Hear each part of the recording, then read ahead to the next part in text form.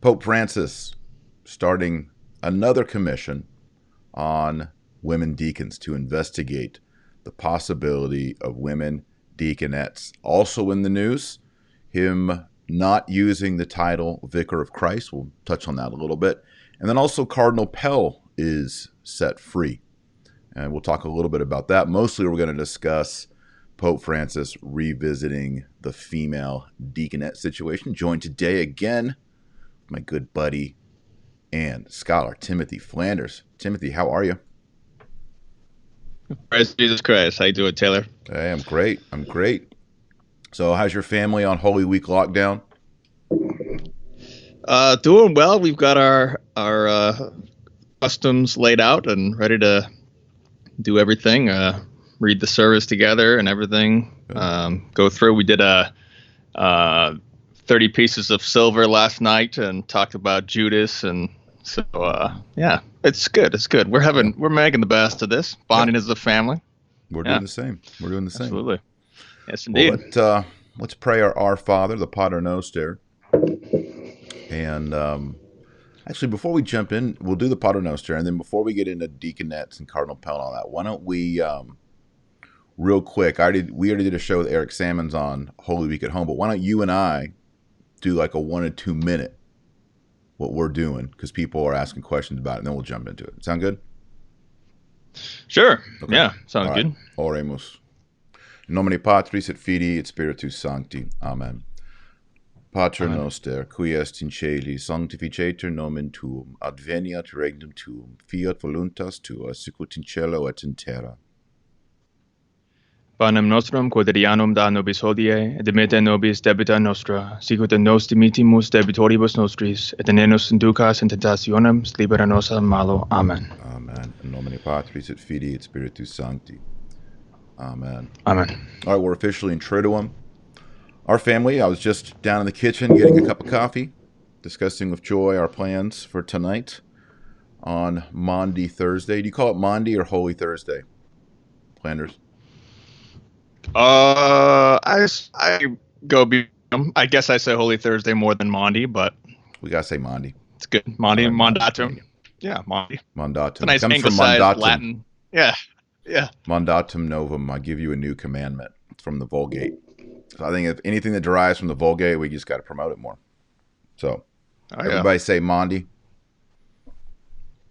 Yeah, we're doing. The more and more I think about it, the more I think just watching a live stream is too passive. And so the dry mass, the actual reading of the missal, and doing some in-person worship, if you have a family together, I think that's really important. And then tomorrow we're going to do from 12 to 3. We'll do like 2 hours of silence. And then beginning at 2, we'll do Stations of the Cross and then modified prayers and excerpts from the pre-55 Good Friday. And then Saturday we're just going to do a lot of prep around the house to get everything ready for Easter. Maybe plant some flowers, do a really hardcore cleaning of the house. And then I told the kids that night we could have a bonfire. So we'll have some prayers. That's nice. And we're going to have a big wood, not just our gas one, but a wooden big bonfire, something to make the neighbors nervous. That's nice. Excellent. And then hoping to go to some kind of covert, private, hopefully mass or something on Sunday. That's the plan. Sweet. It's great. Okay.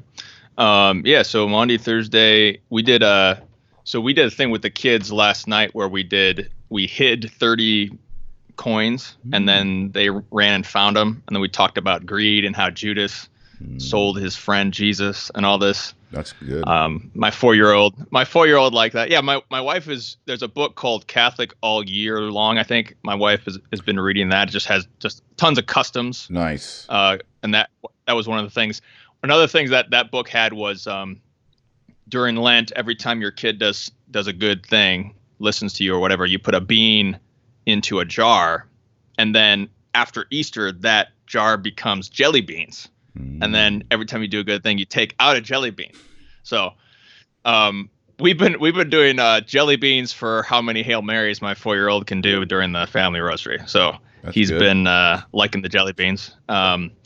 But tonight we were gonna do a foot washing. We're gonna talk about hierarchy and how. So I was gonna wash my wife's feet. We'll talk to the kids about I'm the head of the house, but because of that, it's my job to serve everyone and put everyone before myself. So I'm gonna wash my wife's feet, and then we'll both wash the kids' feet. Talk to them about what it means to serve other people, what it means to truly be the head. To be the leader, and then we're gonna watch. My teenager has not seen The Passion of the Christ, so we're gonna show that to her for the first time, hopefully. And then we're gonna read through the service too, and then read through it tomorrow. We're looking at a Stations of the Cross for my really young kids. See how that works. It could just be chaos, but we'll see. Well, I mean, this is something people need to hear, and often I hear people say, "Oh, I can't pray the rosary. I got little kids." Not look, kids are going to go AWOL, and you just have to accept that. I mean, we prayed the rosary last night on the back porch, and 2, 3 little ones were getting up, walking over onto the grass. I mean, look, they're not going to be entering into the interior castle. And mom and dad, neither are you, because you're going to say, like, come sit down. What are you doing? No, put that stick down. Quit hitting her. No. In between decades. So it's just, as a priest once told me, you may not feel any consolation from the rosary, but as the father leading your family to pray the rosary every day, even if it feels like a disaster of a rosary, there's still grace and there's still merit there. So just keep plugging along. Oh, yeah. Yeah. That's excellent. Very good. I was talking to Eric Sammons after our interview offline. We were talking about the foot washing, which I've done before when the kids were little and we were Protestant. But we were kind of talking, I have 4 teenagers at home, and are they going to be like weirded out by that? Maybe it actually would be good for them to see it. I don't know. Joe and I need to talk about it over a cup of coffee after this show. Yeah, I mean, there's pluses and minuses. I think this is our first year doing it, so we'll just see how it goes, I guess. Yeah. And it might be good, might be not so good. I don't know. Yeah. And then what are you doing Saturday? Yeah. We haven't talked much about Saturday yet. We're going to read through the service. And that's really all we had planned so far. Yeah. But, and we'll see. Cool. Good. All right. Yeah. Pope Francis, he's revisiting with a new commission on women deaconettes. It's kind of crazy, because like the whole argument of women deaconettes is, well, we got to get the sacraments out to people, and all. Look, we're in a situation, no one's getting sacraments right now. You can give me 1 million women deaconettes. Still doesn't change the problem. So Pope Francis appoints yet another commission to study female deacons. What's the purpose of this? Why do we have to keep having commissions? Timothy, take a stab at it. Well, the purpose, in my view, is to slowly boil the frog. Yeah, that's my view. This is now the third such commission. In fact, basically, it breaks. I mean, you ready to go through the points of history here? Yeah, absolutely. So basically, it breaks down like this. So, time of the Vatican Council, the priestly office is understood to be three munera, to teach, govern, sanctify. Okay. Mm-hmm. And sanctifying is giving the sacraments. So he's governing, he has a jurisdiction to govern, and he's teaching, he's preaching the gospel. Okay. And then you have the 3 grades of the priestly holy orders, which are bishop, priest, and deacon. Says that it's a sententia certa to say that the ordination of a deacon is a sacrament. And that's actually the same. Can you say there's a little breakup? Sure. Sententia certa, it's a certain truth. So you cannot deny this. It's a mortal sin of error against the faith to deny this. The ordination of a deacon is a sacrament. And that's the same level that the proposition that an ordination of a bishop is a sacrament. Right. But they're all grades of the one sacrament of holy orders. Correct. Yeah. Which has those three: teach, govern, sanctify. And so the bishop just has the fullness of teach, govern, sanctify, and the deacon has the least amount of teach, govern, sanctify. But so then you have, so what do you do? Well, how do you take apart this whole edifice that's been chugging along since Trent? Well, the Modernists came along and they said, well, let's just do it bit by bit. Let's just use ambiguity. Let's do a little bit. There's a book, actually. You ever heard of Letters to Pope Pius X by a Modernist? You ever heard that book? No, but sounds kind of cool. It's an anonymous book of letters from a Modernist to Pope Pius X. And this is credited to Chris Jackson over at the Remnant, who wrote about this. And he quotes these letters, and they talk about the Modernist tactics. The Modernist playbook, it says, so quote, this is a quote from this Modernist at the time. He says, in urging disciplinary and administrative reforms of the Roman Catholic division of Christendom, I have been aiming all along at the higher and higher end of doing away the intellectual which lead to a change in dogma. So as you've documented in your book, Infiltration, they're playing the long game. And the way they play the long game is they just take apart little tiny bits. So they first say, well, let's just change all these disciplines. These are just disciplines. You can change these. It's no big deal. It's not tradition with a capital T. It's not deposit of faith. You can change them. And then once that gets changed, then they're looking for the next step. So let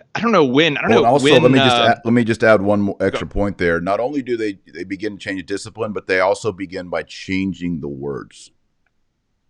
We see that in politics as well, but infiltrators will begin to change the words, and then they'll go for non-doctrines, like you said, disciplines, and then they have the doctrines. Right.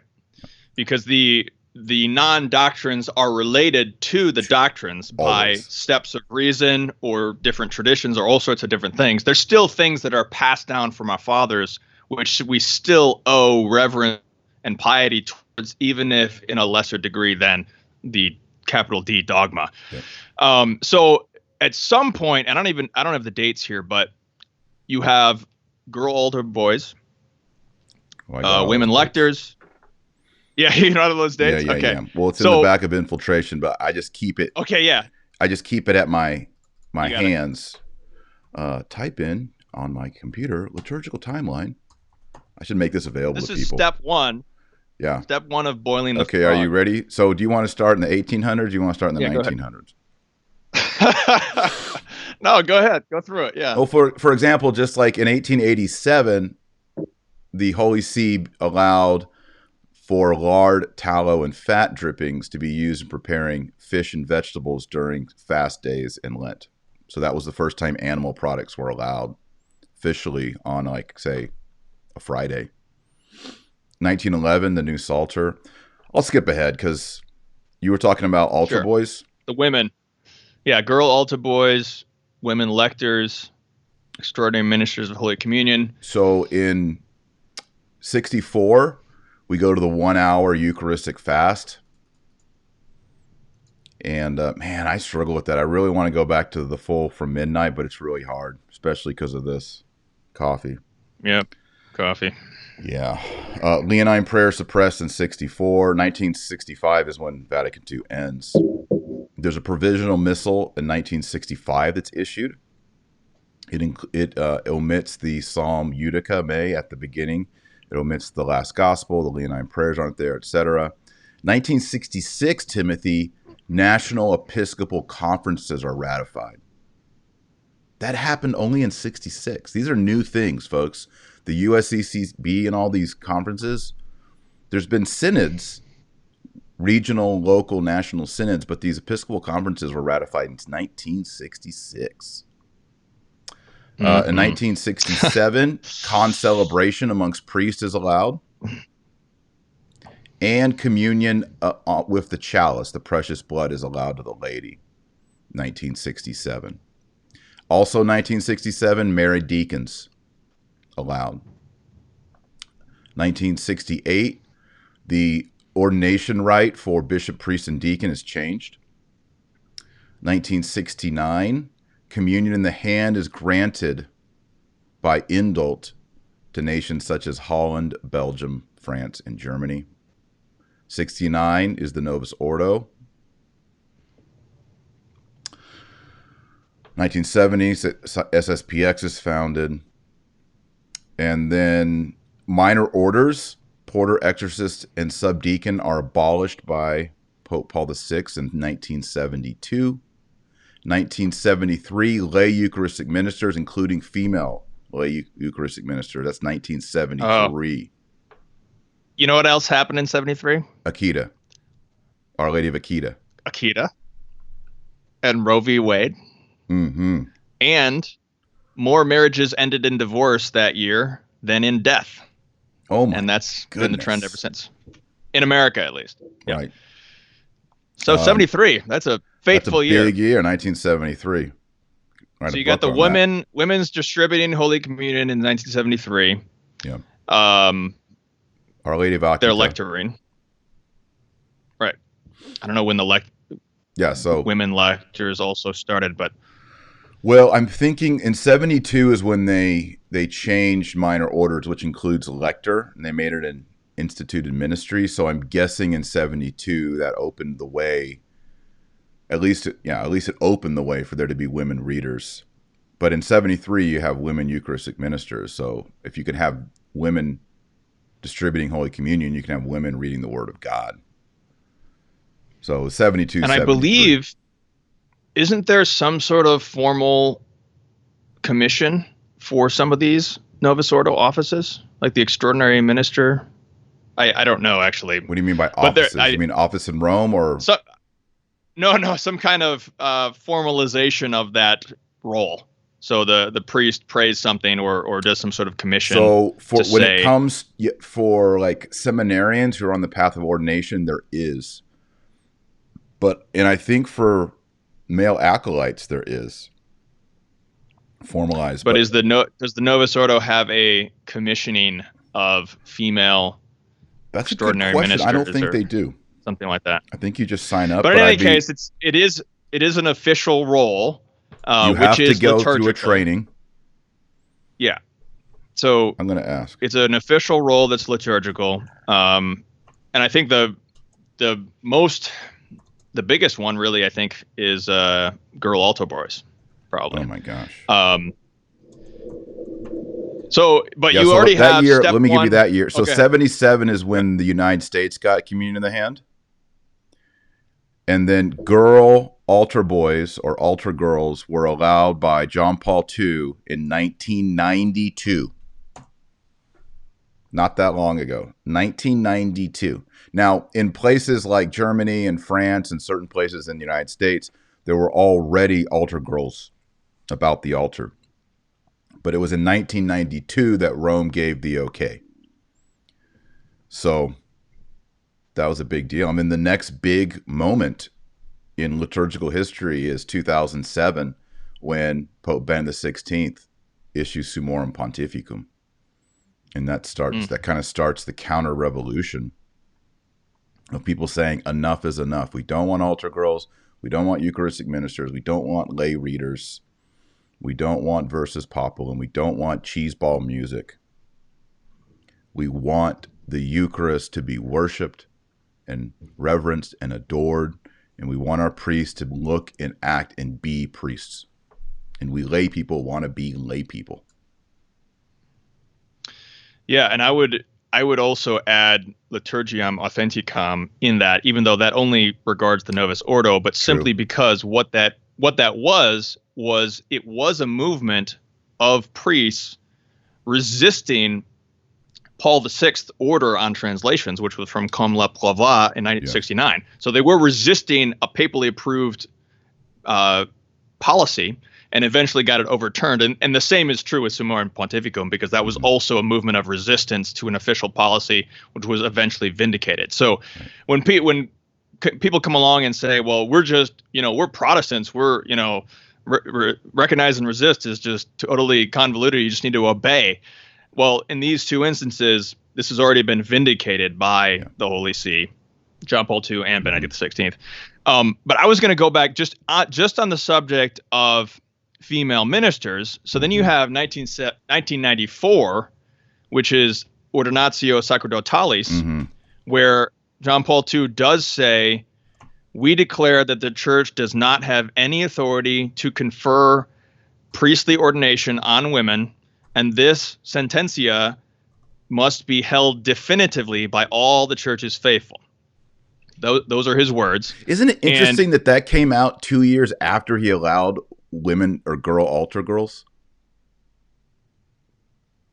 Yeah, you thinking like a Paredes or no, I'm just thinking Peronis in 92 he says you can have altar girls, and then it's almost like 2 years later, it's like, man, I need to write a document that says we can't have women ordained. Yeah, the document actually says people think this is up for discussion. I'm trying to remove all doubt. Unfortunately, he should have declared it totally ex cathedra to remove all doubt. But I mean, I think when I read it, it removes all doubt to me, but to some, it doesn't, because they've got an agenda to boil the frog. But so basically, so now when it says priestly ordination, though, when we understand that the deacon is part of the one sacrament of orders, this is also excluding the ordination of deacons. So when he says priestly ordination, it's saying deacons, priests, and bishops towards women. So, but then there was a commission set up by John Paul II to study the idea of female deacons, and they concluded in 2002 that 2 points. First, they confirmed that the unity of holy orders of those 3 grades is, again, yes, that is the doctrine, that's the tradition. They're all 3 sort of in one sacrament. The other thing they said, the deaconesses they're named in ancient texts were of a different substance than male deacons. It was a different thing. It was called a deaconess or whatever, but it was not really just a female counterpart. It was an entirely different ministry, which was designed for a specific purpose, for specific needs. Yeah, we and so it was not sacramental. Non-sacramental. It's non-sacramental. Right. So it's non-sacramental. Okay. So there you have. So at this point, the matter is pretty much settled at this point. Sort of with these commissions, we've got this commission here, we've got the 94 proclamation. But then in 2016, Pope Francis is requested to make a new commission because Pope Francis is talking with this organization of women religious, and they said, what about women deacons? And he said, well, it's not clear. Yes, I will make a new commission. So he makes a new commission in 2016, and this includes a woman by the name of Phyllis Zagano, who is a friend of James Martin, who has said, quote, until a vested woman is standing next to the Pope at the altar at St. Peter's, nothing the church says about the dignity of women will be heard inside or outside the church, end quote. She's so basically, wrong, she's a Marxist. The real one is until a woman is Pope. That's the real one. Oh. Yeah. Why would it be good enough for a woman vested next to the Pope? Why is that the touchdown? Shouldn't the touchdown be until a woman is Pope? Yeah, but this is the Marxist understanding of equality. Right. Equality means but they won't be identical. happy if there's a woman deaconette next to the Pope vested.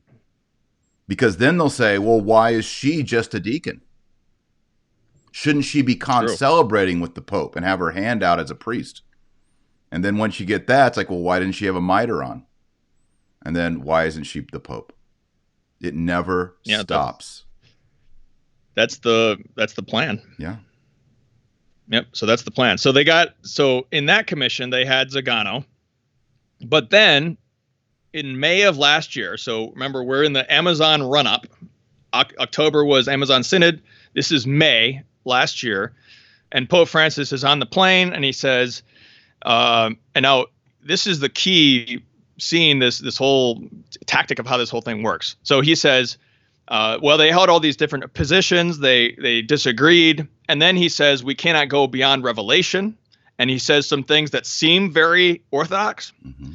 And then the very next week, one of his associates, a Jesuit, Hagencord, confirms that he actually did not close the door on deaconettes. So once again, he said something that said we can't go beyond revelation and all this, and everybody celebrated it. And then, no, actually, he did not close the door. Okay, so then we have the Synod final document, which says, quote, "It is urgent for the Church in the Amazon to promote and confer ministries for men and women in an equitable manner," end quote, which is basically women popes. I mean, that statement pretty much sums up the whole program right there. Equitable manner means you get everything that I get. You are identical. You do everything that I do. You're equal. That's how the Marxist understands equality. So then it says, the final document says some other things about leadership, governance, and all this. They wanted to put them, quote, in positions of governance. Now, remember, to the listeners, the priest includes teaching, governing, and sanctifying. So then, so they're already they want to take apart the priestly ministry and give away some of these three munera to lay people, especially women. So they're taking apart, and this is credit to Brian McCall, who pointed this out with Carita Amazonia over at Catholic Family News. But what happens is, then you had, if everyone recalls, you had the big controversy with From the Depths of Our Hearts. So you had Benedict and Sarah. They came out with the book. It becomes a huge controversy because now the media is like, wow, the popes are going at it now. The two popes are divided, and it's a huge thing. It provokes a direct intervention from the Vatican Speak program to what do? They took down Gonswine, or Gonswine denied it. They forced the French edition to take out Benedict's name. Right. Ignatius Press, to their credit, said, no, we're not going to do that. We're going to keep Benedict's name on it. But in that book, they recognize that John Paul II's 1994 Ordinatio Sacerdotales did definitively settle the fact that women cannot be ordained deacons. They said that in that book. So the book, actually, the whole controversy addresses that very thing. So part of that whole thing, many thought that put the brakes on relaxing celibacy. I mean, the whole focus was on celibacy. That was the big thing. And like we talked about in our show, we missed the Pachamama focus. But basically, let me wrap this up here. So basically then, in his final document, he talks about, or in the Carita Amazonia, Pope Francis, he talks about there needs to be these services for women. And what he does is he talks about he defines the priest basically as not teaching, governing, sanctifying, but only sanctifying. And he sort of collapses that priesthood into just the sacraments. So we need to redistribute all this property to these other lay people, including women. And he talks about having a commission for some sort of female role, female leadership. And there was a great little piece. Let's see. Timothy Gordon retweeted this. It was a conversation with Phyllis Zagano from that first commission on Twitter. And she was pointing out, hey, footnote 136 in Carita Amazonia talks about how if there's a shortage of priests, we can just sort of dole out the ministries to lay people. And so she's already identifying these loopholes to try to get this thing forward. And can I read that real quick? Yeah, go ahead. I got it open because I was going to go over that. Yeah, footnote 136. It is possible that due to lack of priest, a bishop can entrust participation in the exercise of the pastoral care of the parish to a deacon, to another person who is not a priest, or to a community of persons, end quote. So yeah, the governance of a priest, of a pastor, can now be given to a deacon, to Grandma Ida, or to a parish council. Yeah, if the priesthood is not teaching, governing, sanctifying, it's just sanctifying, right, then we'll just have the priests stop by and give us sacraments, and then the women can lead everything else. Exactly. That's kind of the vision of these Amazonian documents. I mean, they're praising women are in these great leadership roles. And I certainly don't want to diminish all the great work that women are actually doing, because women are the backbone and foundation of cultures everywhere. But when there's no male leadership, then we have sort of a matriarchy. Yeah. And they're praising sort of the matriarchy and saying the matriarchy is so great, and we just need to sort of formalize that.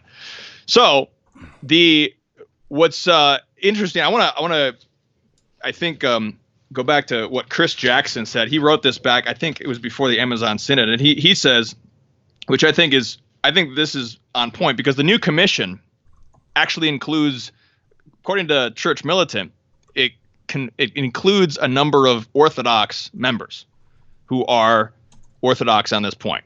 They're not open to female deaconettes, whatever.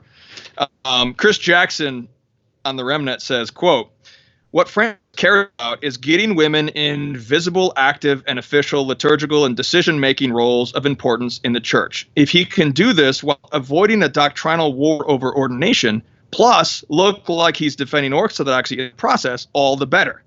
So I think Chris Jackson, I really agree with what he's saying. I think the game plan right now, because they saw what happened from the Deaths of Our Hearts. It was a massive controversy. The secular media picked it up. What I think they want to do here is they want to take these more Orthodox members of the commission and get sort of some sort of formal recognition of women leaders, where they can start reading the gospel, they can preach, they can do other things that are just tied to the priest, and just sort of encroach further and further into that three munera of the priest, but with some sort of non-sacramental formalization. Yeah. And so you're basically just creating more culture of matriarchy. That's really the game plan, is the culture of matriarchy imposed upon the church, so that eventually at some point within another generation or two generations, well, why don't we just ordain them? It's only fair. It's only fair to just ordain these women. They've been, pulling the whole ship this whole time. So once you have that culture of matriarchy in place, then it's not a very big deal, because that's how you create lasting change. If you do a really quick, swift, substantial change, then there's a big provocation that happens.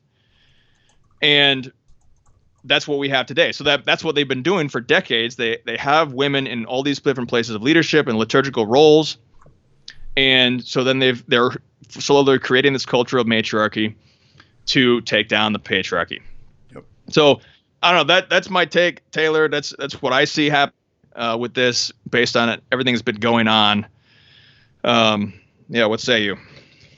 Yeah, I mean, the Novus Ordo, this is liturgical. Liturgy is power. Humans are homo liturgicus. We have always been liturgical. Even you find Neanderthals, they're buried with religious items in burial rites. The liturgy was changed in the 1960s, and that changes the way you think. It changes the way you understand God. It changes the way you understand humans, the priesthood, everything.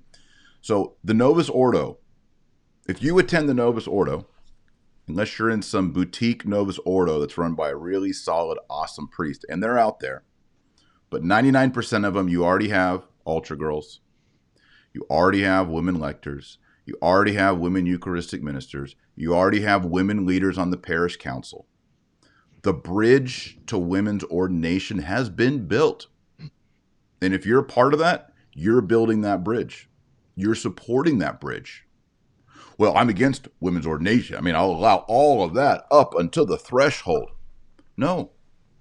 You've built it. You've supported it. And maybe you didn't know. It's not your fault. But now you know. And that bridge has to come down.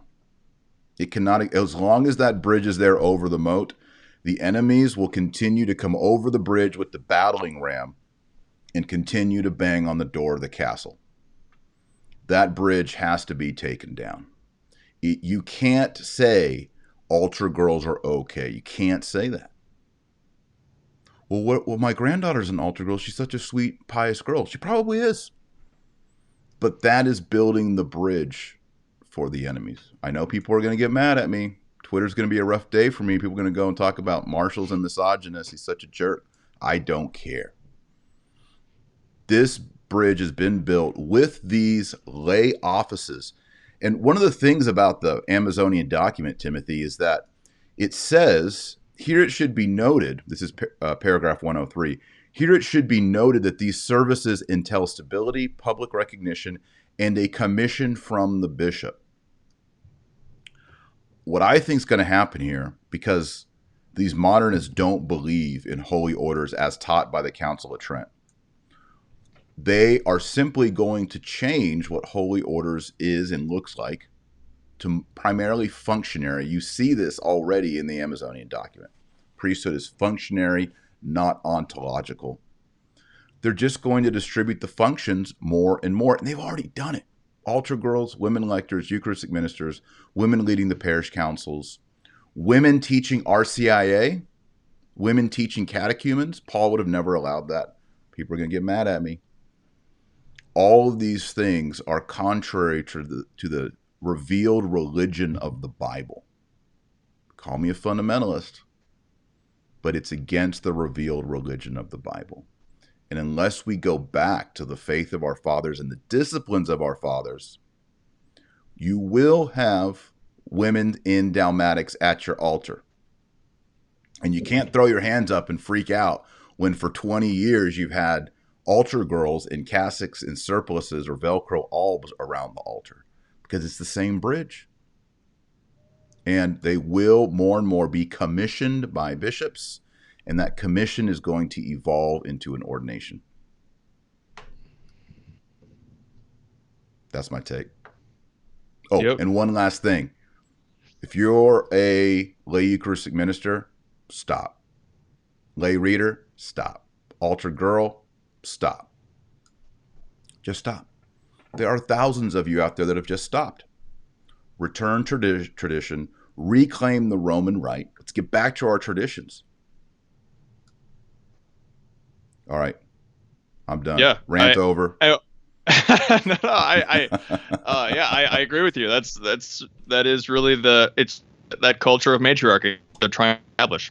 Yeah, and I want a great piece side over from Micah Hickson, and she points out that the other thing that he did, Pope Francis, was he was approved a new bishop's body to remake the regional church, which was and she's pointing out that this is another proof that he's actually not abrogating the original final document of the Amazon Synod with Credo Amazonia. So the first proof is that the female deacons, and second part is that he's implementing what the final document said, which was create this regional body. And who's on this regional body? You guessed it, Baldessari, Tagle, Humes, and Krautler. Oh, Krautler. So everybody's favorite Modernists are on this new power, new power region. So it looks like what they're going to do is this is the next German synodal way. Yes. Right here is what they're going to do here. Is they're going to start the synodal way going, get that system churning in the Amazon region, so they can just keep on plugging out that matriarchy. Yep. So, but that's another, because everybody, somehow the press was all about priestly celibacy. So when Credo Amazonia came out, everybody was celebrating that he did not give the green light to relaxing celibacy. But he said, the final document, I'm just going to present that. I'm not going to replace it. And this is exactly what he's doing. So we're now implementing the final document and Credo Amazonia. There's two documents we got to deal with. And here we go. Yep. This is the process. And also, I mean, correct me if I'm wrong, but Timothy, I think it was was it the first or second commission on women deacons actually concluded it was not possible? The one via the CDF. I believe it was the first commission from John Paul II basically said it's sacramental. And so there is no sacramental. But I thought there was a CDF paper ruling that said it doesn't seem possible. No? I'm almost certain. I don't know. Someone in the comments help me out. I don't know. Issued by the CDF. But yeah, do you feel, Timothy, that it's sort of like we didn't get what we wanted, so wait 9 months and and restart a commission? It's kind of like my kids where they're like, can we have some Nutella right now? No. And then they wait 9 minutes and they're like, hey, Dad, we got some crackers out. We're going to put some Nutella on them. It's like, no. And then they go to their mom. Hey, can we have some Nutella? What'd your dad say? And there's just silence. We'll check back in 30 minutes. You know, it's just like the war of attrition. Like, we're just going to keep grinding you down. And sometimes Joy and I are like, we're busy doing something, you know, like changing a diaper. And you're like, yeah, whatever. And they're like, you said yes. It's like, yeah, but you wore me down. Yeah. I was confused. I think the bridge with the battering ram is the perfect analogy for this. That is what it is. Yeah. And that's why they wanted to attack and destroy the Latin Mass, because the Latin Mass was the fortress, and that was the whole thing. That they were pillorying. They would all these Nouvelle Theologie people, they would mock the so-called fortress mentality, the ghetto mentality of the pre-conciliar church, that this is just a fortress, and that's our understanding. Even Bishop Barron says it's a culturally defensive stand. Mm-hmm. Well, that's because the culture is hostile. That's because it's a modernist, feminist, Marxist culture that's trying to batter down the ram. So John 23rd said, let's open the windows. There you go. Smoke of Satan. Yep. So I guess that's been what traditionalists have saying, is that we need the fortress. The world is not our friend. We need to convert the world to Christ the King. And we don't need to let the enemies of Christ inside the gates. Yep. Because look what happened. Look what they did. Yep. Let's be done with that. Let's move on. The springtime never came. No. It's the long winter. The All long winter. So someone in the comments helped us out here. And it was the International Theological Commission that issued a negative take. That's what they're saying here. I can't remember if it was, but that sounds right. I thought it came out of the CDF, but it's Anba Kyrillos. He says it came from the International Theological Commission. I'm going to have to Google that up later. But because I remember when Francis first broached it, someone who had been part of that said, hey, well, why aren't you just looking at the research that we did on it? And by the way, I'm not a huge fan of International Theological Commission, ITC. One word, limbo. Don't like their document. But I think that's another part in our timeline we need to add there. There was something that came out, a kind of an academic that was negative on women deacons. So this is, I know that was, to my knowledge, that was the conclusion of the first, because I got the International Theological Commission from Diaconia of Christ to the Deacon of the Apostles 2002. Oh, okay. Anyways, is that the document you're talking about? Yeah. That's it. My understanding was that was the conclusion of the first commission, was this document from the International Theological Commission. And it's a little bit, it's just not as clear, because it does say that the magisterium needs to rule on this. Yes. And obviously they're not the magisterium anyways. So they're not, but ITC is not the magisterium. Yeah, it is. It's definitely negative, but it's not as definitive, if you will. So it's definitely concluding that sacramental deaconesses are impossible. They're definitely concluding that because of the unity of sacramental orders. So they're definitely concluding that, but they are saying that the magisterium needs to pronounce. So the very second to last paragraph, it says that the magisterium needs to pronounce authoritatively on this question. So they're sort of giving it to the magisterium to sort of finalize that. Okay. Yeah. Yeah. Man, oh man, this is not what I want to talk about on Holy Week. Yeah, yeah, I know. It's unfortunate we have to deal with this, but this is what we said in our. We said think it was you and me. I know Gaspers as well. Pretty much everybody coming on this channel, we were all like, look, don't celebrate because it doesn't say tomorrow ordain a woman priest and a woman deacon. It's not a cause for celebration because there's so many loose ends in the Querida document, saying things such as women need to be commissioned by the bishop. I mean, there are enough landmines in there. And guys, let's just all wise up. Ever since the 1950s, they have been tricking us. Vatican II has so much weaponized ambiguity in it. And so many papal documents since that time have had weaponized ambiguity.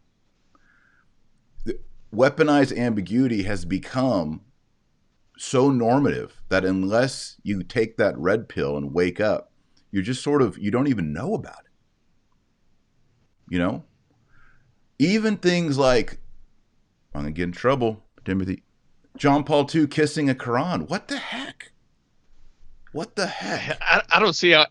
That is an absolute outrage to Jesus Christ. Yes, that book says explicitly that Christ is not the Son of God. It is a demonic. It's a demonic book. Period. If you read 1 John, 2 John, and 3 John of the New Testament, that book qualifies with the term Antichrist. So you can't kiss that. You know, yeah, so Assisi 1986. It is a book of Antichrist. These kind of things sometimes are ambiguous, sometimes they're not. But Catholics have been living under a regime of weaponized ambiguity. Like, well, we don't believe in women's ordination, but we do have women doing ordained acts during our liturgy, and that's somehow okay. What? Let's get consistent, people.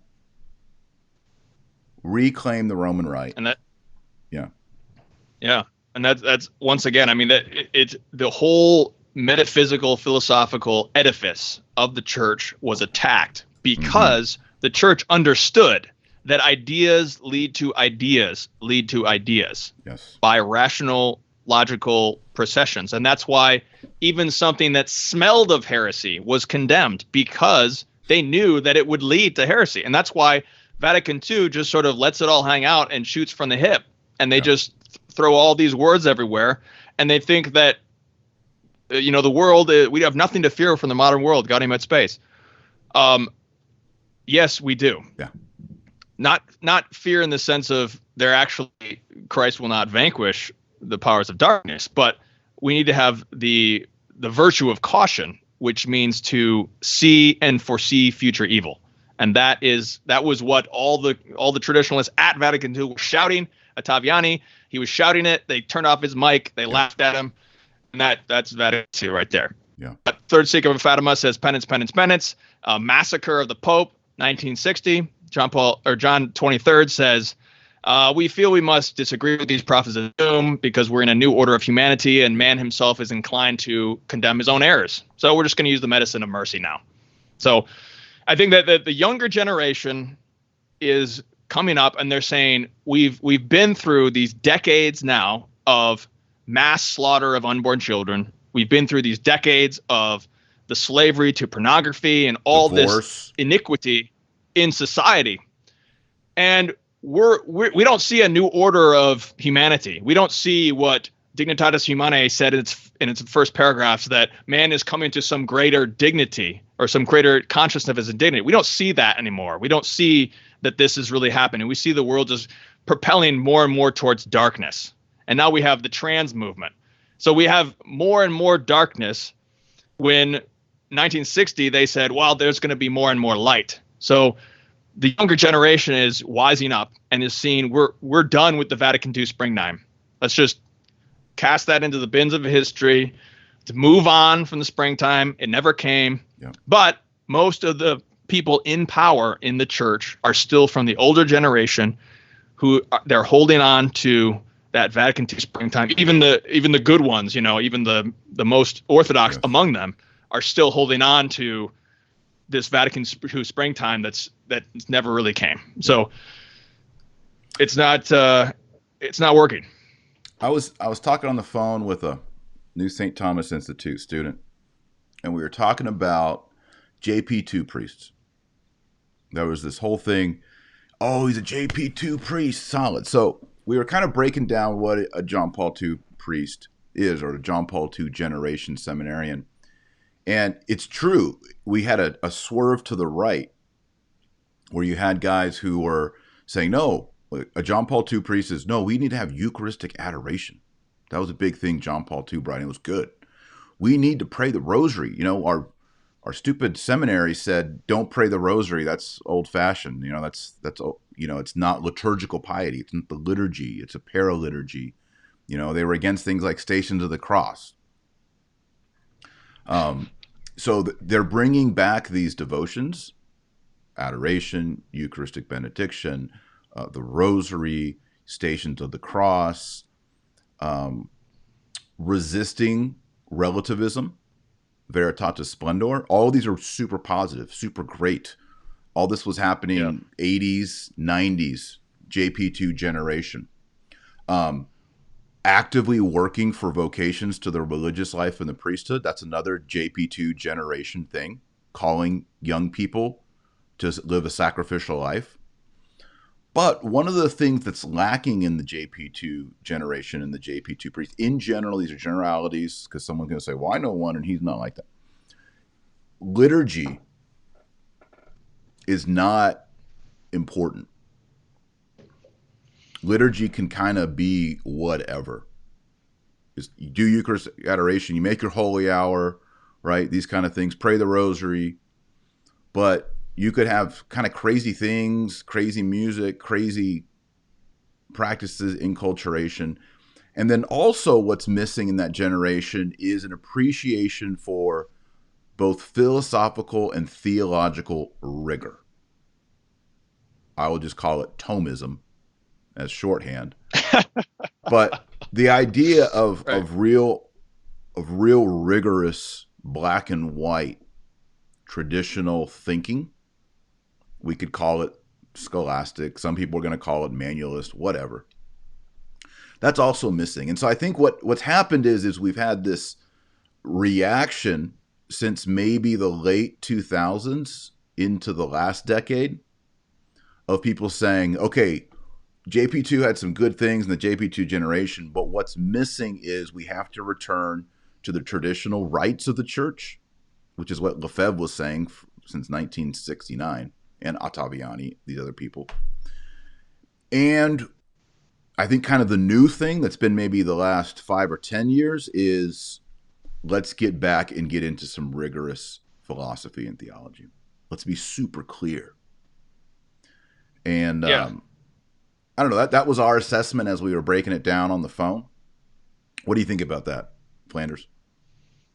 Yeah, I think it's good. I think, among the JP2 sort of priests, and I like what you're saying. I like what you did in Infiltration, because John Paul II is sort of a mixed bag, and there are a lot of good things that he did do, and so I don't want to knock any of that, and it's great and it's wonderful, and he did inspire many young people to take up the cross, to the priesthood and all that. So all that's great. There's this interesting quote that he has in his last book where he says, quote, this is John Paul II. If we wish to speak rationally about good and evil, we have to return to St. Thomas Aquinas, that is, to the philosophy of being. With the phenomenological method, for example, we can study experiences of morality, religion, simply what is the being of human. Yet we must not forget that all these analyses implicitly presuppose the reality of the absolute being and also the reality of being human, that is, being a creature. If we do not set out from such realist presuppositions, we end up in a vacuum, end quote. And what I understand him to say here, at least implicitly, is that there is a certain amount of exactitude that was in the Thomist school that it seems like he might be recognizing a little bit here, because when I read Wojtyła's writings, or even Ratzinger, there is not that same exactitude, rigor, clarity which you find in older writings that are more Thomistic. Yes. And or even papal docs, papal documents. Yeah, papal documents. There's that phenomenological words that they use. It just seems very sentimental and emotional, and it's very ambiguous. It doesn't have the same type of exactitude. And so I don't really prefer reading John Paul II or Benedict in terms of the writings. The writings that I've read are just less clear. There's a lot of things said. There's a lot of words, but they could probably boil it down and just give us points, and that would be easier for me to understand, because there's so much. So it's just difficult for me to understand, because I think there's a lot of equivocation. Maybe it's not intentional, but it is equivocal in so many of these phrases because they do have multiple meanings. It's not just like we're using these terms that we had. I mean, that's the idea that Pius XII in 1950, we've discussed this, Humani Generis, he says the very thing. He says these terms have been used for centuries, and that everybody understands what this term means. All these different terms. And Vatican II chose to throw out the terms. They don't want to use those terms anymore. They're outdated. We're going to have this new springtime with all this great new language that's going to be so pastoral. Yeah. That was their idea, but it ended up just throwing open the gates to the church's enemies. So, yeah, I think that there is that phenomenological terminology which is ambiguous. And I think that is a very real problem doctrinally in the dogmatics, because there's not that same exactitude, because you need to have very exact terminology, because ideas lead to ideas lead to ideas. And that's the issue. So I definitely agree with what you're saying. Yeah. And even Ratzinger, Benedict, there's, before I was a Catholic, when I became a Catholic, I was reading all this Ratzinger and excited. But now as I return to it, I think, this isn't as good as I remember. It's kind of like going back and listening to an album you thought was cool in high school, and you're like, I kind of hate this now. Not that I hate not that I hate documenting it, but you see it from a different perspective.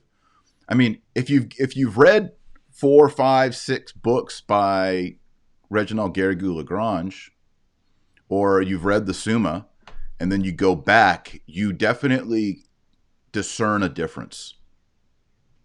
You discern a difference. It's sort of this, Teilhard de Chardin, Balthasarian, theodrama language. It's kind of this Germanic, second half of the 20th century Germanic, romantic, enthusiastic kind of language that's going on there, and it's not precise. The director for my PhD dissertation, he said this in a way kind of amusing, but also maybe a little bit critical. I don't know, but it's true. He said the thing with Garrigou-Lagrange is its decimal point theology. And I said, what do you mean by that? He goes, well, if Thomas Aquinas, you have a number, and there's it goes to a point, and then you can go, after you go to the point, you have a tenth, 100th, 1,000th, and so forth beyond the number, right? He's like, if Thomas Aquinas went out to the 100th off the number, then Garrigou is like, well, let's take it to the 1,000th and the 10,000. Like, I just keep defining and making distinctions, right? Mm-hmm. I don't think that's a bad thing. I want things to be more precise, not less clear. Yeah, there's a popular myth which says that the biggest controversy that the scholastics got into was how many angels are on the head of a pin. And that's how they characterize all these scholastics. They said, oh, well, they're just arguing over angels and pins. That's ridiculous. That has nothing to do with the gospel. Well, that's not actually what they were doing for 700 years. They were using these distinctions to understand the moral theology, the faith. They're understanding, they're applying these things and passing them down. It goes back to so much of the scholastic tradition, which was attacked. Well, angels dancing on the head of the pin is actually a very good question. And when people are like, oh, the angel on the head of the pin, I'm like, can you answer that question? What's the answer? You think it's so dumb. You're making fun of all these people. What is the answer? Well, it's not important. Well, there's a reason we bring it up, and that is we're trying to find out, do angels have spatial dimension? Yes or no? That's the point of it's not about pins and dancing and angels. It's do angels have a spatial dimension? And are they taking up space? And if they are, how much space do they take up? So the answer to how many angels can dance on the head of a pin is, there's two answers. None, because they don't take up space. Or you could say an infinite, because they all can be at the same space at the same time. That's the answer. It's actually a really important distinction. Your kid probably needs to know that. And a great way to teach that is using the example of angels on the head of a pin. It's actually not dumb. It teaches you an important principle about angelic nature. So next time you hear some smarty pants be, oh, the angels on the head of the pin. So, no, call them out. Call them out. I'm kind of worked up today, Flanders. Can you tell? Yeah, and the reason that the angels on the pin, again, the ideas lead to ideas. So that goes into what is the nature of the man. Why does Thomas say that in one sense the angels have sort of a greater image of God, but in another sense does man have the image of God proper? Why is that, and what makes them different? What makes us different than angels, and all that? So it all is related. Absolutely. But yeah, it's easy to get worked up when we just get together on YouTube and hash it out about the program. Yes, indeed. So you want to talk about go ahead. I was just gonna. Were you gonna say let's talk about Pell? Yeah, or sure. Talk about something Pell, else? The Vicar of Christ. Well, before we go to Pell, let's talk about Vicar of Christ. So in the Almanac, Francis had removed the term Vicar of Christ. Now, before we jump into this, it's also noteworthy that Pope Benedict edited the entry. He removed Patriarch. Was it Patriarch of Rome or Patriarch of the West that he removed? Do you remember, Flanders? Oh, I don't. He removed Patriarch, and I can't remember if it was of Rome or the West. People in the live chat, let us know. Be salty. Give me some info. I know he removed Patriarch from the papal titles, which I was against. And I would think it would tick off the Eastern Orthodox. Now, you used to be Eastern Orthodox, Timothy. Don't the Eastern Orthodox want the Pope to be called Patriarch of the West? Yeah, that's exactly what they want. They want. So why would Benedict remove that? Yeah, I don't know. My memory is foggy there. I seem to remember that it was actually they did like it somehow, so maybe it was a different thing. But yeah, I mean, all of these different titles, basically, you have. This is really the issue, in my opinion. This is. Let's see. I recommend Ripperger, Binding Force of Tradition. Mm-hmm. He just talks about the fact that there is tradition, which is the deposit of faith, and then there are all these other traditions which are not the doctrine or the dogma itself, but they are related to them. And the virtue of piety causes us to pass down everything that our fathers gave us. And that is the normal way of things. And so all these modernists come along, they say, well, these things are not the doctrines. We can just throw those out. And that's the problem, is that they're doing that so that they can get to the dogmas, because all these things are basically just bricks in the vanguard, bricks in the wall here, and the battering ram is battering against the wall and just taking apart bricks, taking out of these bricks. Right. And those are just all these different parts of the traditions of our fathers. Yep. It's Patriarch of the West. Everybody's chiming in. Benedict removed Patriarch of the West. So here's another thing. Weaponized ambiguity is another one. The other one is what I call tinkering. We got to tinker with everything. Can't even leave the dang almanac alone. We got to edit, move, tinker, change, update. Why can't we just leave things alone? It's like, this is why we can't have nice stuff, Sheila, because everyone's always messing with it. Why can't we just receive tradition and let it be?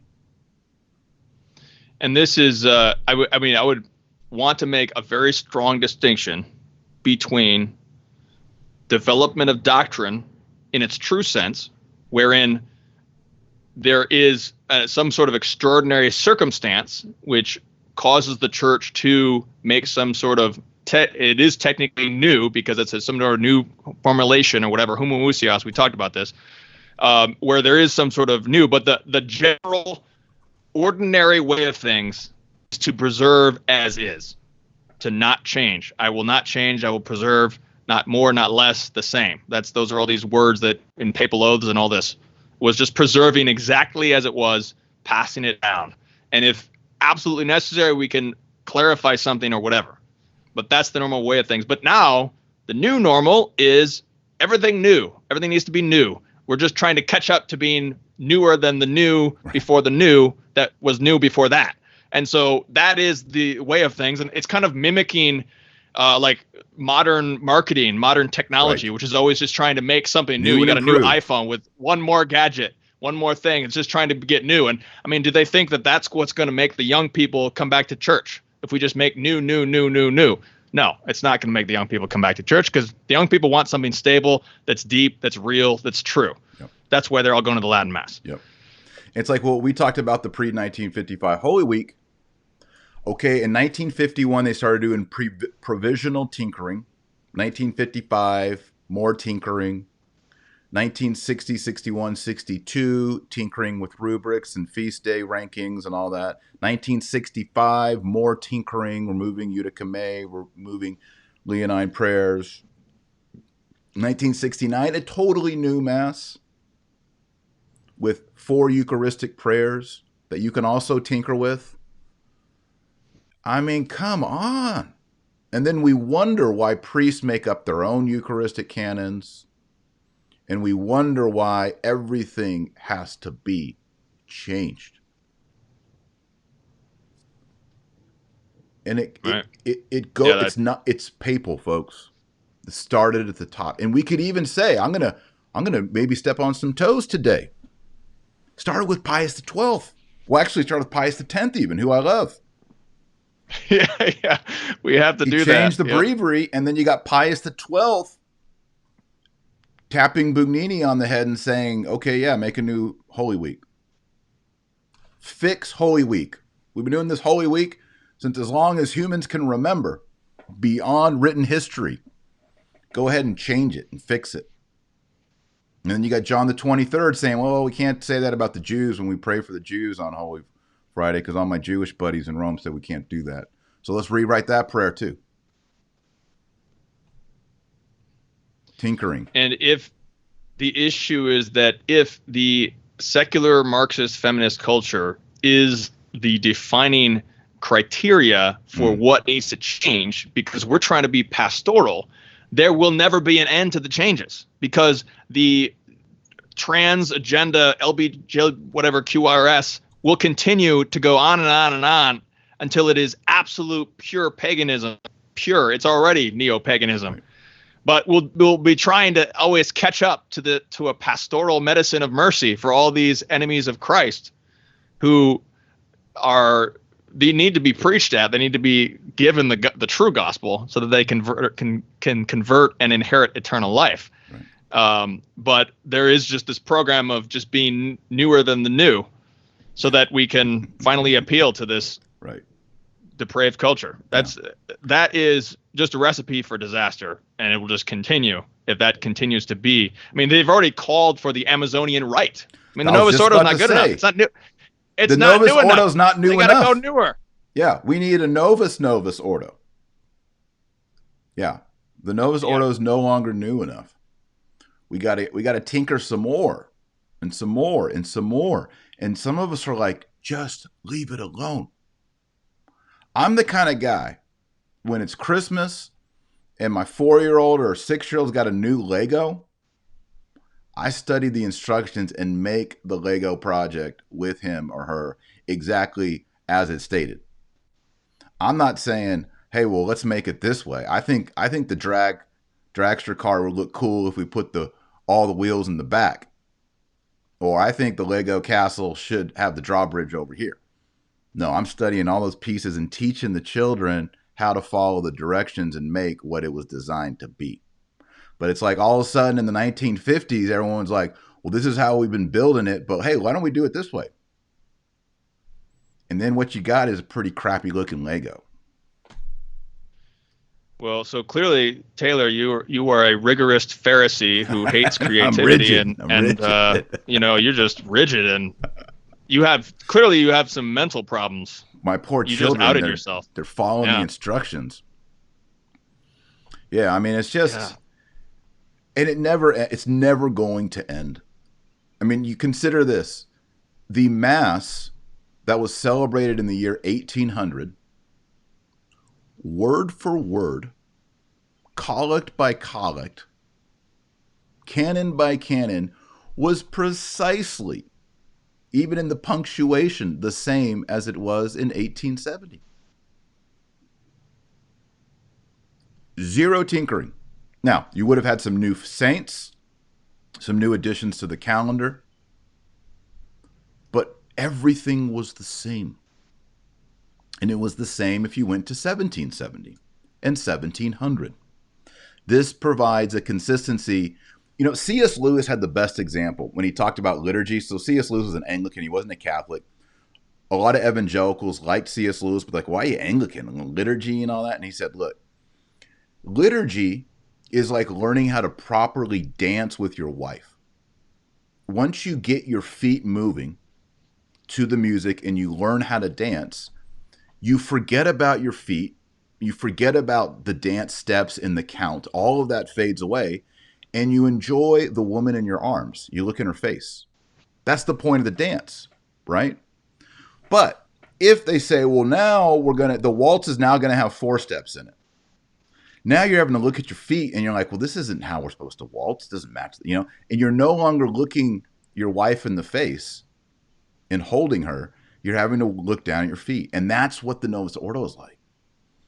For so long, we knew the waltz and we could look at Jesus.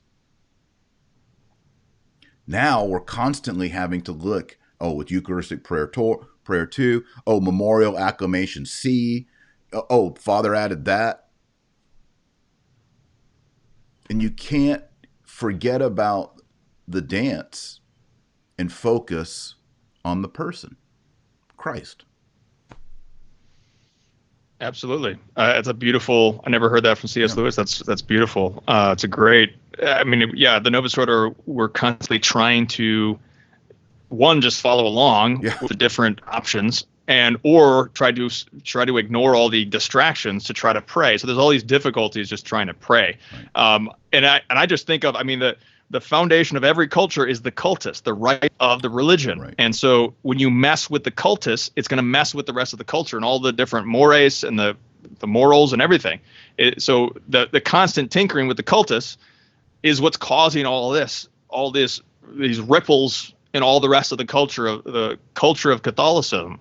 For thousands of years, the culture of Catholicism revolved around its cultus, and that cultus was stable. It was something that my grandfather and then my sons and all the generations were able to partake in together, and if there's little changes here and there, those things are very gradual.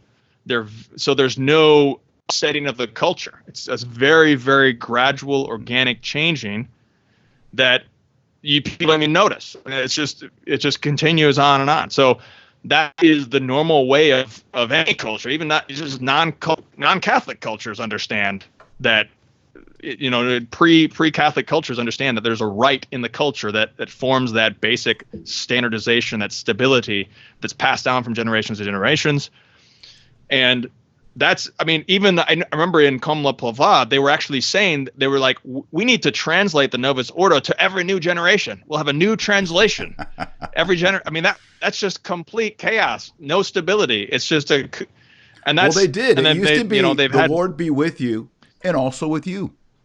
And then they were like, well, that was a little bit too hippy dippy. And so they did, fortunately, and with your spirit. Right. So, but as soon as you buy into vernacular, you actually have to buy into that, Timothy. As soon as you buy into vernacular, you have to change the words, because the words do change over time. Cool means something different. I'm in quarantine. I'm doing a German course. I'm learning German. It's going okay. But, I learned this word, toll. Means great. But it says in there, it used to not mean that. You know, Mm-hmm. so it's like even all languages are changing. All languages are changing. All right, now we can talk about Pell again. Yeah. Let's move on. Our last show was 2 hours. That's true. That's true. I mean, where are we going? We can't tell people, I got to go do a meeting, or we're at home. Everybody knows it. We got our blazers on, but it's a show. Oh man, yeah. I mean, this is the red pill, maybe even the black pill for people. Oh, people are saying that your Wi-Fi is kind of fuzzy. It is more fuzzy today, Timothy, but people need to understand that all across the country, Wi-Fi is messed up and down. So if you see my guest having fuzzy pictures, it's usually they don't, but today they do, because every kid, so ridiculous. They're streaming every kid on Zoom, and you know, I'm so over it. I'm so tired.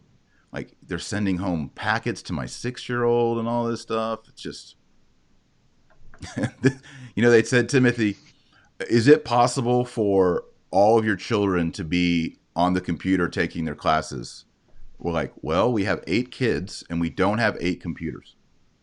So no, that's not possible. We have 1 computer in the kitchen and then my work machine here. So no, that's not going to work. Oh boy. All right, let's talk about Pell. So Pell's free. Yes. You know, people have been Pell's saying free. for a month or a year now, Marshall, why don't you talk about Pell? Talk about Pell. I don't know what to say about Pell.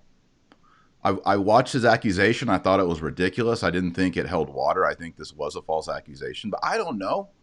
I'm not in court. I don't know all the details. I talked to priests in Australia. I got the inside scoop. But ultimately, all I knew is he's on trial. He was convicted. It looks like a false conviction. There are appeals, and the appeals gone through, and he's free. I think it's a good thing. For me, the most important thing about Pell, and God bless him, I have been praying for him. I'm glad that the first thing he said he wanted to do was say the Mass, which is a good sign. But to me, the thing about Pell, the thing I was worried about with Pell, is this guy has seen the accounting books. He knows. He's like a Vigano. Vigano saw the accounting books under Benedict. Pell has seen the accounting books. He's opened up the MS Excel spreadsheet, folks. He's ready. He might even have copies of it. He might have screenshots. He might have the whole thing up in a cloud or on a hard drive somewhere. And I don't think that the C9 and Francis want Pell around. And I think there are certain people in Rome, in the Vatican City State, who were kind of relieved that Pell was in jail and had no outside contact with the world. Now Pell's out, and I think a lot of people are nervous. I think that's the big story on Pell.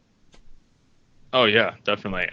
I mean, I don't know any much more than you. I mean, it certainly looked, all the accusations that convicted him seemed to be ridiculous. It seemed to require bilocation for him to actually commit this crime. So that's and the fact that it was this sort of witch hunt in the media and all this anti-clericalism that helped precipitate this was a very massive and grave precedent to set. And I mean, it's really, the whole thing is a tragedy that he had to go all the way to the Supreme Court to get this. And we've already seen this type of thing happen with bad bishops trying to boot good priests on some trumped up charge that isn't really real. Yeah. And so that's already happened in America or other places. And so when you have a crisis situation, it's just like the China virus crisis, you know, all the enemies are going to try to take advantage of that. And the same thing is happening. So I think that it is a really good thing, just sort of on that sense. And yes, the context, a few years at least, I don't know how soon it was after he had started to see irregularities or whatever he was seeing in the Vatican Bank, because he was doing something with the Vatican Bank, like you said, and he had that knowledge. And then these charges came up, and he chose to go back to face the music, and that's what happened. So yeah, I mean, it wouldn't it be great if Pell becomes another Vigano, if he has a conversion experience. I mean, Vigano clearly was. I think it might happen. Vigano clearly was playing the game. He was saying the words. He was doing the thing, and then eventually he just snaps, and Vigano comes out, and Vigano is Vigano now. Now we should pray that Pell. I mean, Pell's. I don't believe he's been allowed to celebrate the Holy Sacrifice. No, he was not allowed. A year. Yeah. And so judging from his statement, it seems like he has benefited from this suffering. He's taken it, and he's saying, I don't bear any, he forgave his enemies, and he wants to say the mass. I mean, these are great things. I mean, we can pray that he does. I mean, we just need more Viganos, more bishops to join in. Basically. And he's walked through the fire and come out the other side. The only thing they can do now is murder him. It's happened before, especially when it comes to the Vatican. I mean, read my book Infiltration and look at all the people that died either by suicides or murders in the late 70s into the early 80s connected to the Vatican Bank. It's all in Infiltration. I'm not making it up. There's death certificates for all these people. And suicides. And cyanide and coffee cups. Cyanide and coffee cups. It's all about all about the Vatican Bank.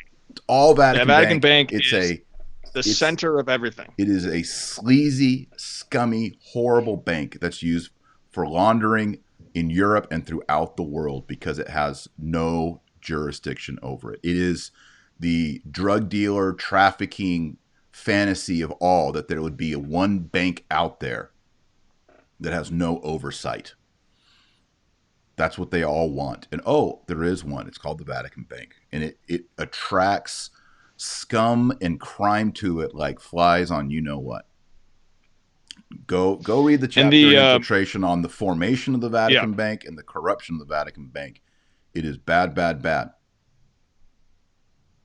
And I think when will this whole crisis be over? I think when the Vatican Bank is dealt with. It's got to go. It's got to go. It's everything. That is the foundation of everything. Once the Vatican Bank is actually dealt with, all these people's power will evaporate.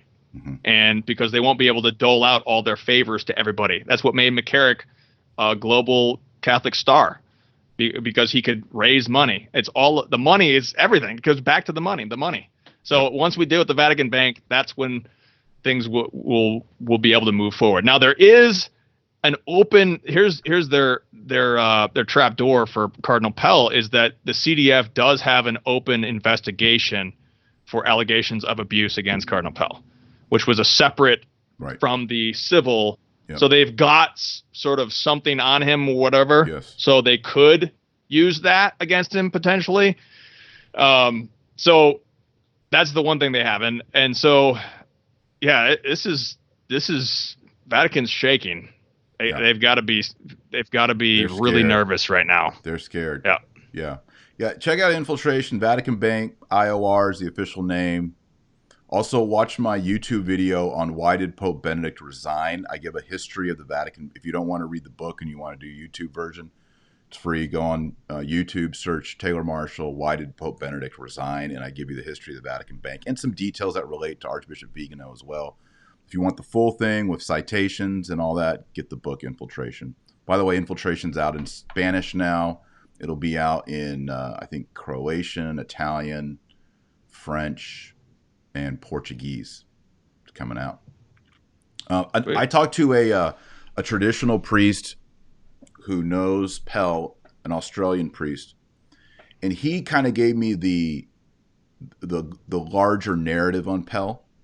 He said, look, in Australia, we have had horrible sexual abuse by priests in Australia for decades, going back a long time. And the Catholic people of Australia and Australia in general are just pissed off at the Catholic Church. A lot of people have been abused. And so Cardinal Pell is the archbishop with the red hat on his head.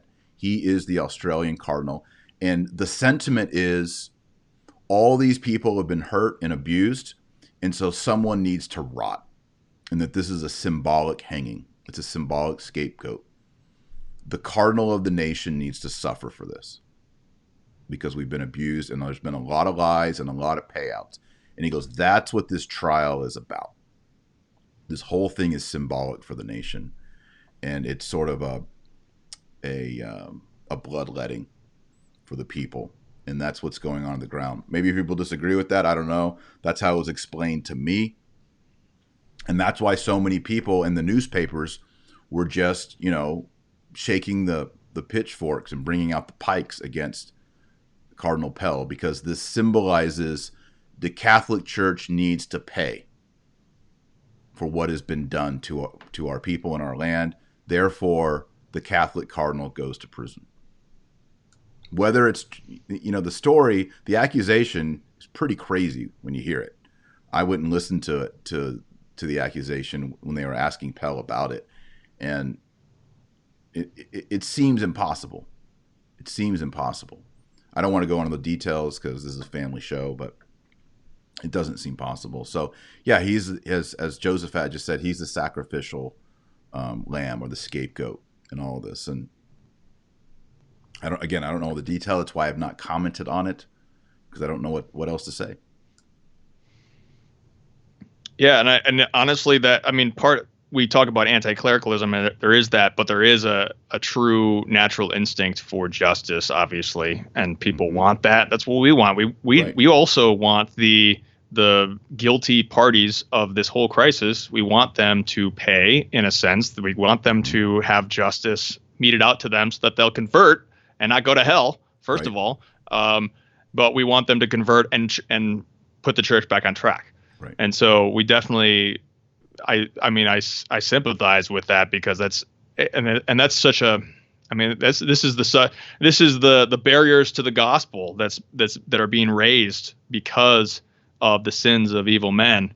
And one of the things I do talk about on my channel is, we've been talking with my buddy Kennedy Hall about this, is just that it is also easy to blame the priests and the bishops, but they came from families, and they were raised many times by fathers who were not leading the family. They were not manly men of God. They were effeminate. Yeah. They were laying down for the feminists and the Marxists. And so it's important that we remember that this started with laymen laying down. And that's part of the issue. So it's not just all these priests and bishops. They all came from families. And so that's something that laymen, you can do as laymen, is you can be a man of God. You can raise your family right. And that is one cure out of this, is because then your children will see that. Your children will be raised right.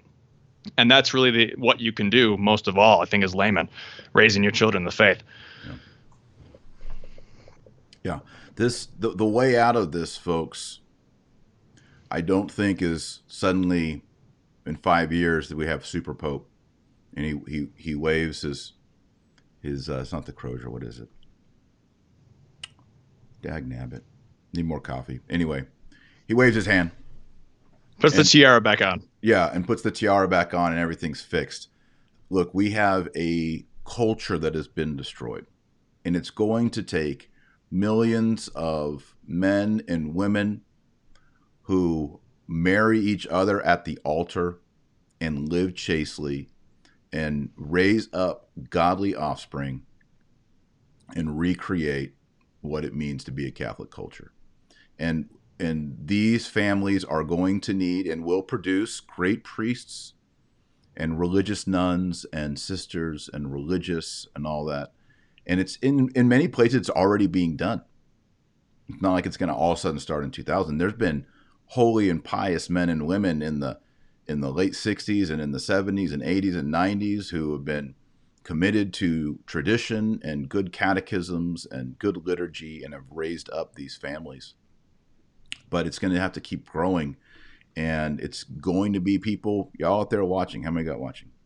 1,366 people. You 1,366 people need to find a religious vocation, or find a really handsome, godly Catholic man or a really pretty, godly Catholic woman, and go stand up at that altar with the priest and say the vows and begin the journey, which, Timothy, by the way, isn't always fun and easy. What? I thought it was just supposed to be perfect romance for what? Well, really? my marriages, I don't, not all, but mine. Oh, okay, Mine. okay. Right. Yeah, it's not easy, especially It's when you're leading a family with all these kids through the death traps and landmines of pornography, feminism, secularism, all the isms, communism. It's tough. Yeah. And the culture is more and more stacked against us. So like there was a big controversy amongst large families where I live in Texas. At the grocery store, they're limiting you. They were, now they're not. One loaf of bread and one package of eggs per family. Yeah, that's hilarious when you have 10 well, mouths. And you explain to them, well, we have 10 kids. Like, I don't care. That's the policy. So you're kind of screwed. And a lot of the families are like lamenting this. And basically, you have to go to the store repeatedly. My wife was at a store and they didn't have the rule. And I think she bought 18 dozen eggs. We eat a lot of eggs. When you consider that a person eats 2 eggs in the morning and a teenager eats 3 eggs, and there's 8 kids, do the math. That's a lot of eggs every day. So yeah, saying that you get 12 eggs per family. Think, what world is that? Or milk, bread, all these things. So yeah, I mean, our society is not built. Public transportation is not built for the large family. It's very difficult. So it is going to be a sacrifice, but every rose has its thorn, as some metal band said in the 1980s that I can't remember. Who is that in the live chat? Who's saying every rose has its thorn? Isn't that the name of it? Do you remember that song? I don't know. Yeah, you're younger than me. It sounds familiar, you're younger than me, so you maybe don't know that. But yeah, I don't know. I was not listening to metal in the 80s, so I don't know. But yeah, so somebody in the chat, sure you marry a good spouse. If you're Catholic and you're going to marry a non-Catholic, you just messed. You done. I mean, it's so hard. It is so hard. The emails, I don't like to answer them, but the emails I get, no, someone said Guns N' Roses. It's not Guns N' Roses that's saying that. The emails I get from Catholic women who are not married to Catholic husbands will just break and pulverize your heart. It's so hard and difficult. And they're suffering so much. Young Catholic girls, don't do that to yourself. Okay, everyone says that the metal band that sang Every Rose Has Its Thorn is Poison. The hair band. So maybe they're not metal. Maybe I have that wrong. Kind of glam. I don't know what you... Other people are saying Bon Jovi. Everyone's just throwing out. They don't know. But yeah, Poison is definitely the consensus. I think that's probably right. Yeah, so you got to marry well. If you're a young person, I know young people watch this show. You got to marry well, because it's difficult. And I mean, just imagine, my job as a dad and a husband is to get my wife and kids to heaven. That's number one.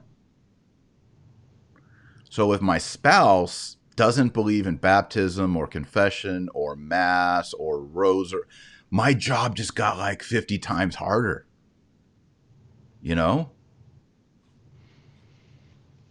mean, at least when I'm like, hey, it's time to pray rosary, my wife's like, yeah, everybody come in here. Jude, go find so-and-so. Right. We're going to pray rosary, and we pray it together. And on Sunday mornings, we're doing it together, and we're doing the same catechism and the same prayers and the same belief. I can't imagine if my wife weren't a Catholic. Basically be impossible. I don't know. Yeah, I mean, it's some people have been able to do that and they convert their spouse, but I mean, that is, don't bank on that. It is really, the church has for centuries frowned upon this and tried to discourage as much as possible. And it's a recipe for indifferentism, atheism. I mean, your children not being raised in the faith. It's so difficult, and don't do it. I know there's a lack of good men out there, women, many times. You just want to settle in here. That's what's coming in here saying, where are all the Catholic men? And I hear the Catholic men say, where are all the Catholic women? It's like, how come they can't find each other? Yeah. I mean, I'm going to start the Maccabee Dating Society or something. There we go. Get these people linked up. Solution to the problem. Yeah. I mean, I'll tell you what, down here in Texas, there's a lot of traditional Catholic young women and a lot of traditional Catholic young men. A lot down here. People who live out in, I can't find it. Well, come to Texas, man. They're here. Hey, sometimes you got to migrate to do it. It's the great Catholic migration. Sometimes you have to move your whole family or move yourself or change jobs to grow in your faith. Is it worth it? Yes. Worth it. Worth it. Yeah. So I on this subject, I want to plug a new book. Meaning of Catholic has a publishing arm, Our Lady of Victory Press, and we're releasing a new book on this very subject. It's called Terror of Demons, Reclaiming Traditional Catholic Masculinity. Ooh. And it is for this very thing. It's written by Kennedy Hall, a contributor at Meaning of Catholic, and we're releasing it this month. And so it's all about getting back to the basics, conquering effeminacy, rooting out all these wickedness in the society, the paganism, everything, to being a God, and this is, you take this book, the man in your life who needs to step up, and young men look and learn how to be a man of God, a man who a woman will want to marry and want to submit to and have be your head, because I just want to plug this. So it's coming out this month, Terror of Demons. All the patrons of Meaning of Catholic who are St. Athanasius level or higher get this ebook for free. All right. And then it'll be released on print as well. So this is a book that I think is going to be really great. So take a look at it, meaningofcatholic.com. And we're releasing that soon. Legit.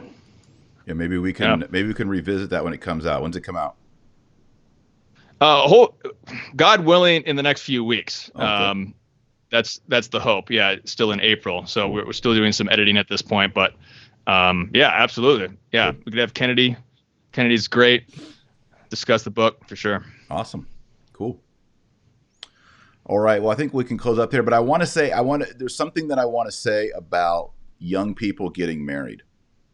And I was looking at the chat right now, and everyone's saying there are no Catholic young men to marry, and there's no Catholic young women to marry, etc. So here's a very common problem that I've seen, because I've taught Catholic college students, and I've seen this.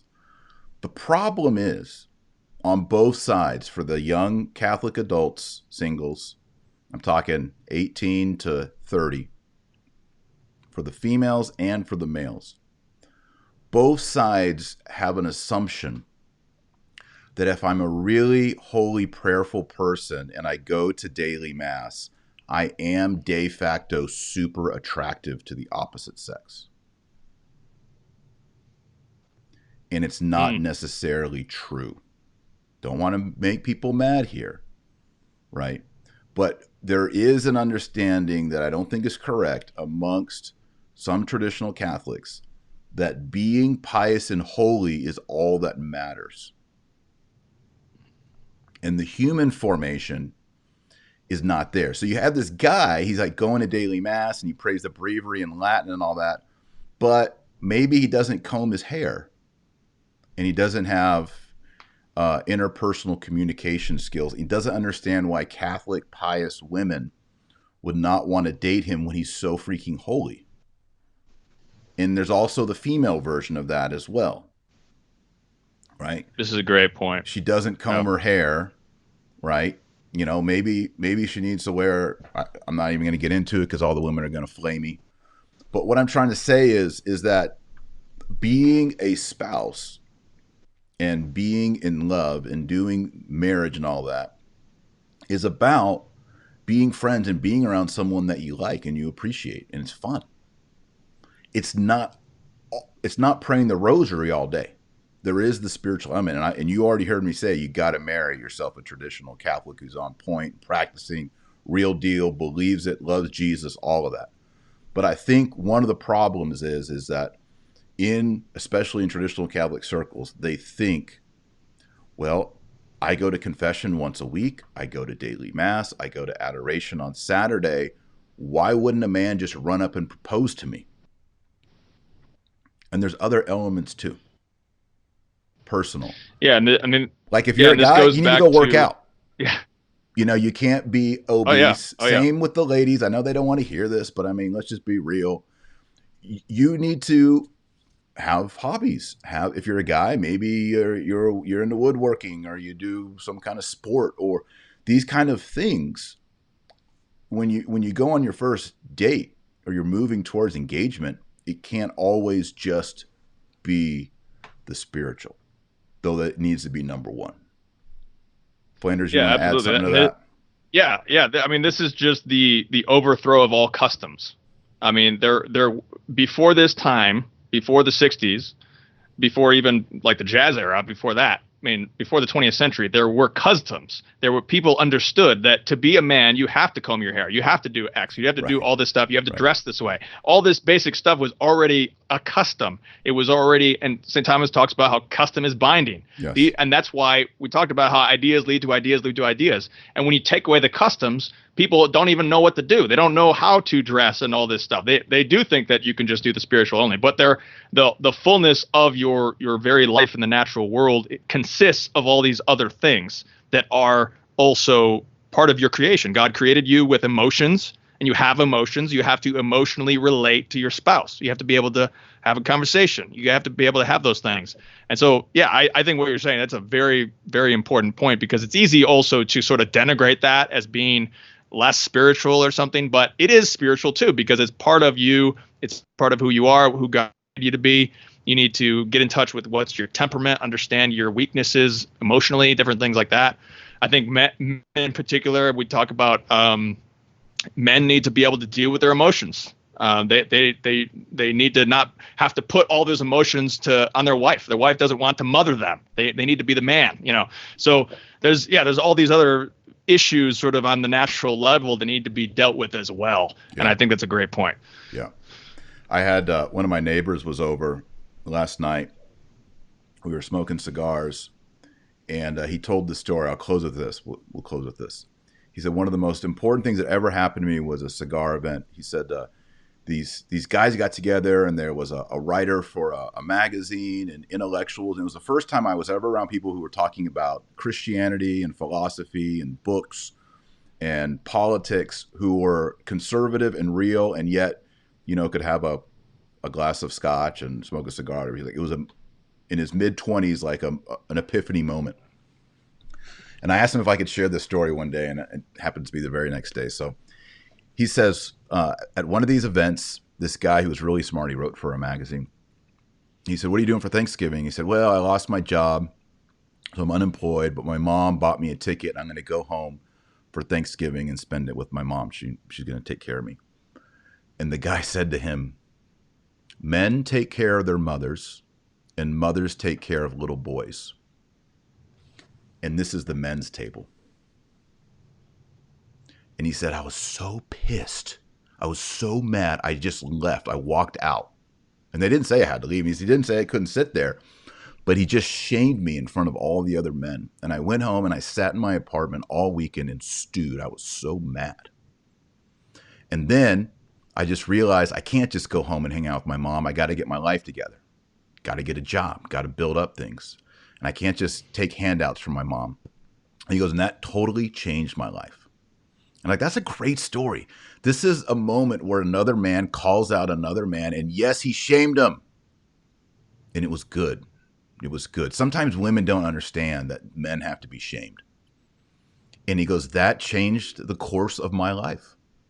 And later on, I saw that guy. I was like, hey, I took what you said to heart. I didn't go home. I paid my mom back for that ticket. I didn't go home, and I got a job, and I'm on course and all that. And he goes, and guess what that guy said? Good. So what? It's kind of like you were in the negatives, and by doing that, you're now at zero. I'm not going to give you a cookie for doing the right thing. Yeah, and that's the patriarchy. That's the patriarchy does. Guys. the patriarchy turns the man into the boy because the other way around. Oh, you said the matriarchy. Sorry. No. Yeah, I said it wrong. Patriarchy turns the boy into the man. The mother gives the boy that foundation of unconditional love, which is absolutely foundational. Absolutely foundational. Mother needs to give that to the boy. But eventually the boy does need to become a man. Yes. And that relationship with his mother changes dramatically, where he is not being taken care of by her, but he's taking care of her. And bringing relationships with women in marriages and whatnot is that they want to continue that mother relationship, and that's the problem. This is what, like, I've had one woman tell me one time, we don't want to mother our men. Yes, that's what repulses women. It's is that they unattractive. have to mother a man. They want a man. It makes women grossed out. Yeah, and men need to realize that a woman cannot have sympathy for you and truly respect you at the same moment. So if you're just complaining and moaning and groaning and failing, it's hard for the respect to flow.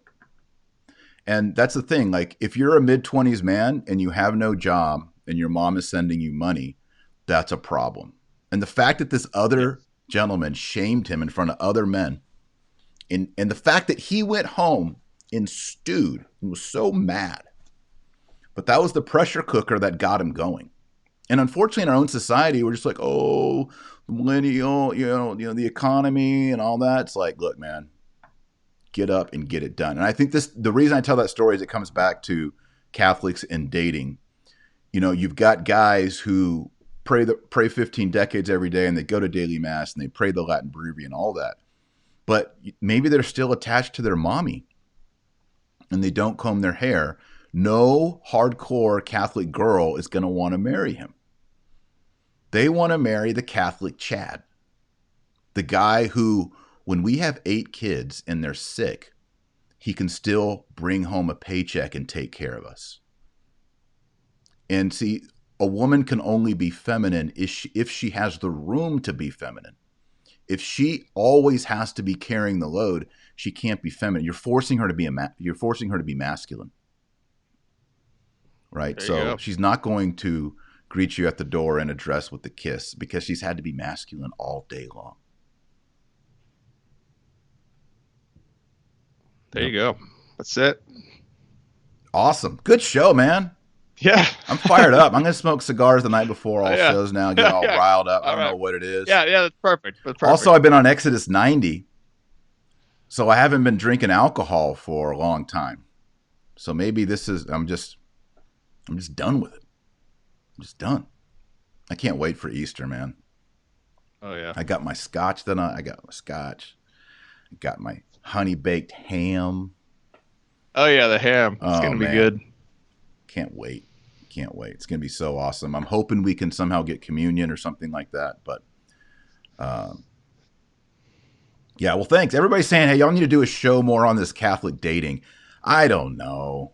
I don't know. You say these things and no one does them. And then everyone just complains about you. Like, oh, you made fun of millennials. Oh, you're making fun of ugly trad Catholic girls. You're making fun of trad men, whatever. Everyone gets offended about it. Take a look at my channel. I do have a 2-hour video with Kennedy Hall. What they didn't tell you about NFP dating and chastity. Oh, snap. Which is, take a look at that. I already know. I already know 80% of that video just by the title. Yeah. And Terror of Demons is going to come out soon. Take a look at that. But I think dating is, because so much of it had to do with custom. Yeah. So it was unwritten. And so it's such a difficulty with modern dating. But there's in that video, we go into what St. Alphonsus actually says about dating and different important questions that people are asking that the church is not giving answers to, but they used to. Right. So very important aspects of that. So take a look at the video. Cool. Well, good. And then also, we did a video, my wife and I did a video a few years back. It's a 3-part video on matrimony.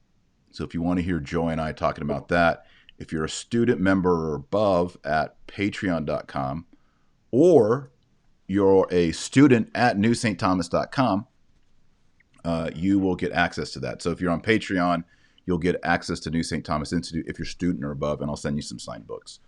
And you can go watch the 3-part video of Joy and I talking about the reality of marriage, not just the piety part, because we kind of assume you know the piety part. You hear me say pray the rosary every day, etc., go to Mass. But the human part, the day-to-day friendship part. So if you're interested in that, it's in the New St. Thomas Institute certificate curriculum on theology under sacraments. It's the Holy Matrimony video lessons. You can do that there. So, and I appreciate everyone's support at patreon.com/Dr. Taylor Marshall. There are different levels, low levels, high levels, different perks, different things there, but helps this channel go. And please like the video, thumbs up.